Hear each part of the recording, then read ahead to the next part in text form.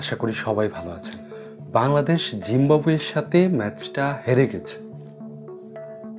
বাংলাদেশ জিম্বাবুয়ের সাথে test match হেরে গেছে। এই জিনিসটা ভাবতেই, এই জিনিসটা বলতেই খুবই লজ্জা হচ্ছে। কারণ এই 2025 সালে এসে বাংলাদেশের মতো দল, তা ওয়ানডে না টি-20 না, আজকে যদি বাংলাদেশ টি-20তে এই জিম্বাবুয়ের কাছে হেরে যেত, তাহলে টি-20 খেলাটা খুবই অল্প ওভারের হয়। সেটা আনসার্টেনিটি বলা যেতে পারে, একটা অনিশ্চয়তা বা এত অল্প বলের খেলা, যে কোনো একটা কিছু ঘটেই যেতে পারে। কিন্তু টেস্ট খেলার মতো এত নিয়ন্ত্রিত একটা খেলাই, যেই খেলাটা আপনি চাইলেই আপনার মতো করে নিতে পারবেন, প্রতি session by session, day by day, bowling দিয়ে ব্যাটিং দিয়ে আপনি যথেষ্ট সময় পাবেন। টেস্ট খেলাই হচ্ছে ক্রিকেটের সব থেকে সুন্দর খেলা। কিন্তু যেখানে বাংলাদেশ আছে, সেখানে যে কোনো সৌন্দর্যই নষ্ট করে দিবে, এটা আপনি নিশ্চিত থাকতে পারেন। এই 2025 সালে এসে জিম্বাবুয়ের সাথে এই টেস্ট ম্যাচটা খেলে, যেটা টোটালি একটা অপ্রত্যাশিত ছিল। জিম্বাবুয়ের সাথে যখন সিরিজটা ঘোষণা করা হলো, তখন অনেকেই বলছিল যে জিম্বাবুয়ের সাথে এই সিরিজটা খেলার বিসিবি একটা টেকনিক ছিল। কারণ এর আগে তো বাংলাদেশ চ্যাম্পিয়ন্স ট্রফিতে তাদের যাতা অবস্থা ছিল, ওইখান থেকে যখন এত খারাপ একটা পারফরমেন্স আর খারাপ একটা স্মৃতি নিয়ে বাংলাদেশ আবার বাংলাদেশে ফিরেছিল, তখনই কিন্তু এই জিম্বাবুয়ে সিরিজটা খেলার ঘোষণাটা এসেছিল। তখন অনেকে বলাবলি করছিল যে বিসিবি জিম্বাবুয়ের সাথে এখন এই খেলাটা দিচ্ছে, কারণ হচ্ছে যে বাংলাদেশের যে ক্রিকেট প্রেমী আছে বা বাংলাদেশের মানুষ যারা ক্রিকেট ফলো করেন, তাদের চোখে একটু ধুলা দেওয়ার জন্য। কারণ যেহেতু সম্প্রতি বাংলাদেশ এত খারাপ একটা সময় কাটিয়ে এসেছে, বিসিবিকে নিয়ে বিশাল আলোচনা হচ্ছে, প্রত্যেকটা প্লেয়ারকে নিয়ে ইন্ডিভিজুয়ালি আলোচনা হচ্ছে। তো এই ডাকডোলটা বা এই নেগেটিভ যে আলোচনাটা হচ্ছিল, ওইটাকে যেন ধামাচাপা দেওয়া যায়, ওই জন্যই নাকি জিম্বাবুয়ের সাথে এই সিরিজটা আয়োজন করেছে বিসিবি। কারণ জিম্বাবু তো তুলনামূলক আইসিসির বর্তমানে যে 8-10টা টিম খেলে রেগুলার আইসিসির বিভিন্ন ইভেন্টগুলো, ওইটার মধ্যে জিম্বাবুই হচ্ছে সব থেকে দুর্বল দল বলা যায়। কিন্তু কি হলো, এই যে একটা টেস্ট গেল, বাংলাদেশ যতবারই ম্যাচ হেরেছে ততবারই কিন্তু এই ব্যাটিংয়ের জন্য ম্যাচ হেরেছে। কারণ বাংলাদেশে এখন যথেষ্ট পরিমাণ ভালো বলার আছে, তাদের সেই পটেনশিয়ালিটিটা সময় ধরে, বা বাংলাদেশ ক্রিকেট যখন থেকে তাদের যাত্রাটা শুরু করেছে, তখন থেকে এই যে ব্যাটিংয়ের একটা লেকেন্সি, ব্যাটিংয়ের যে একটা দুর্বলতা, এটা কিন্তু লেগেই আছে, কোনোভাবেই এটা ছাড়াতে পারছে না বাংলাদেশ ক্রিকেট। একটা কথা যদি বলতে যাই, তাহলে এটার পিছনে আরেকটা কথা চলে আসে। জুলাই অভ্যুত্থানের মাধ্যমে আমাদের দেশে বিশাল একটা পরিবর্তন এসেছে, সব কয়টা সেক্টরে পরিবর্তন এসেছে। যাই হোক, ওটা হচ্ছে ভিন্ন আলোচনা। কিন্তু আমি যেই বিষয়টা নিয়ে কথা বলছি, সেটা হচ্ছে খেলা। আমাদের এই খেলাতেও তো, ক্রিকেট খেলাটাতে বিসিবিতেও তো পরিবর্তন এসেছে। বিসিবিটাকে পুরোপুরি ভেঙে আবার নতুন করে দেওয়া হয়েছে, নতুন মানুষদেরকে নতুন দায়িত্ব দেওয়া হচ্ছে। কিন্তু বর্তমানে কি দেখা যাচ্ছে, খেলোয়াড়দের দিকে মনোযোগ না দিয়ে, বিসিবির উন্নয়নে মনোযোগ না দিয়ে, তারা তাদের লুটপাট নিয়ে ব্যস্ত আছে। তাহলে তো আমাদের ক্রিকেটটা এই অবস্থা হবেই। 2025 সালেও এসে জিম্বাবুয়ের সাথে হেরে যায় বাংলাদেশ, এই কথাটা শুনতে হবে, বলতে হবে, এবং আপনার এই বাস্তবতাটা মেনে নিতে হবে। যেখানে জর্জরিত জিম্বাবুয়ে ক্রিকেট বোর্ড, তাদের বোর্ডের, আমাদের বোর্ডের মতো বিশাল টাকা নেই, 1000 কোটি টাকা নেই, তাদের যেই উন্নতিটা, সেটা আমাদের নেই কেন? আমাদের প্রত্যেকটা প্লেয়ারের বেতন বাড়ানো হয়েছে, 6 লাখ থেকে 8 লাখ করা হয়েছে, 4 লাখ থেকে 6 লাখ করা হয়েছে।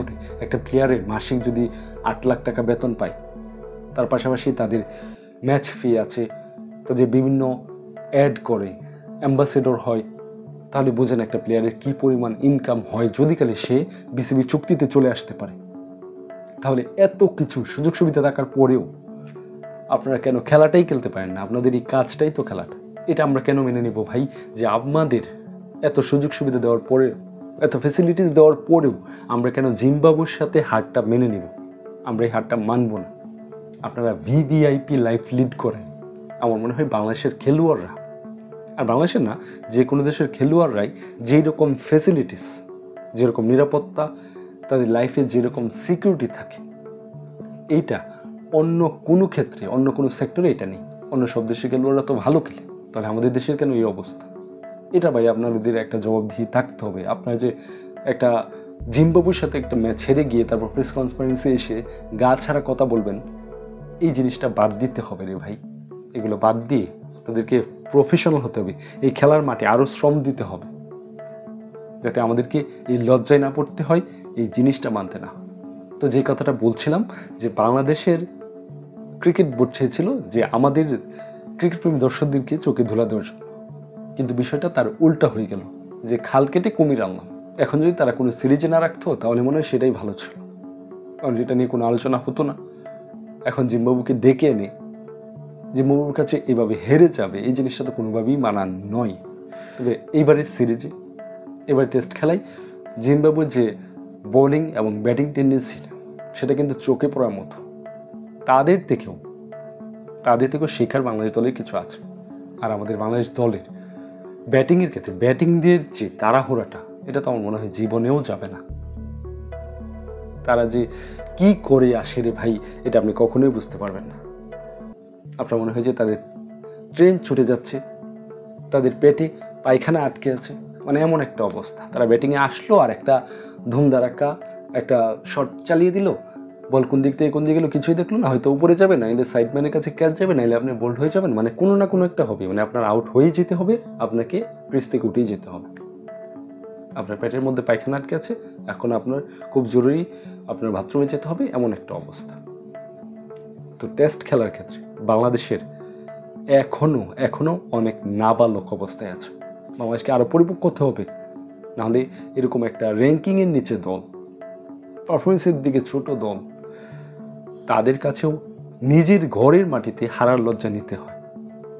এখন তো বাংলাদেশ দ্বিতীয় টেস্টের প্রথম একটা দিন গেল, যেমন হোক এখন পর্যন্ত ভালোই মনে হচ্ছে। তবে জিম্বাবু কিন্তু রানটা ভালো তুলে ফেলেছে, এতটা যে খারাপ একটা রান তুলেছে তা কিন্তু না। বাংলাদেশ কিন্তু 200 রানই পেরোতে পারে না, সেখানে জিম্বাবু 227 রান করে ফেলেছিল প্রথম দিনই। আর একটা উইকেট আছে, হয়তো কালকে সকালে সেটা প্রথম সেশনে আউট হয়ে যাবে, বাংলাদেশ কালকে ব্যাটিং করবে। কিন্তু বাংলাদেশ 200 রান করতে পারে কিনা সেটা কিন্তু এখন সন্দেহের বিষয়। যদিও তাদের একাদশে দুই একটা পরিবর্তন এসেছে, দু একটা পরিবর্তনে দু একজনকে খেলা পরিবর্তন করে দিতে পারে। খেলাটা হচ্ছে একটা টিম কম্বিনেশন, আপনার সবাই ভালো করতে হবে। একজনে 5 উইকেট নিয়ে নিল, আরেকজনে 100 রান করে ফেললো, আর বাকি সবাই আন্ডা মারলো, আর বাকি কেউ উইকেট নিতে পারলো না। এইরকম একক প্রচেষ্টায় কোনো কিছুই ভালো হবে না।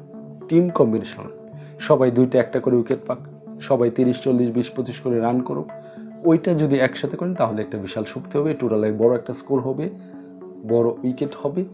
এইগুলাই হচ্ছে খেলার সৌন্দর্য। কিন্তু কেন জানি বাংলাদেশ এটা গুছিয়ে আনতে পারে না, একজনের বেশি কেউ ভালোই করতে পারে না। তো আশা করবো অন্তত বাংলাদেশ গড়ের মাঠে যা হয়েছে তো হয়েছে, দ্বিতীয় টেস্টটাতে জিতে সিরিজ তো জিততে পারবে না, অন্তত ইজ্জতটা রাখবে আর এই সিরিজটা সমতায় রাখবে, এই প্রত্যাশা থাকবে। ধন্যবাদ সবাইকে। আজকের মতো এখানে শেষ, দেখা হবে নতুন কোনো ভিডিওতে। সেই পর্যন্ত সুস্থ থাকবেন, ভালো থাকবেন, আল্লাহ হাফেজ।